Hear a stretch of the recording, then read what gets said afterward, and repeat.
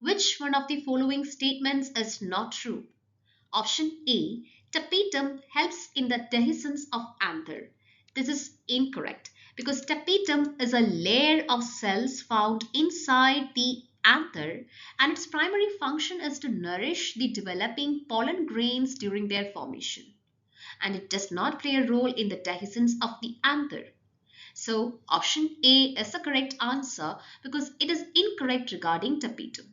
Option B, exine of pollen grains is made up of sporopollenin. This is true.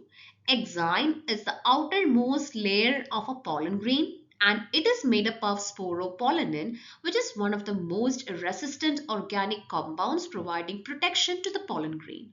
So option B is an incorrect answer.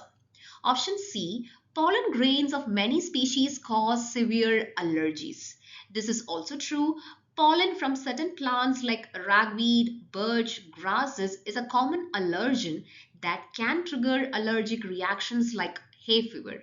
So option C is also an incorrect answer. Option D, stored pollen in liquid nitrogen can be used in the crop breeding programs. This is also true. Pollens can be preserved by storing in liquid nitrogen at very low temperature. So option C is also incorrect answer. The answer is option A.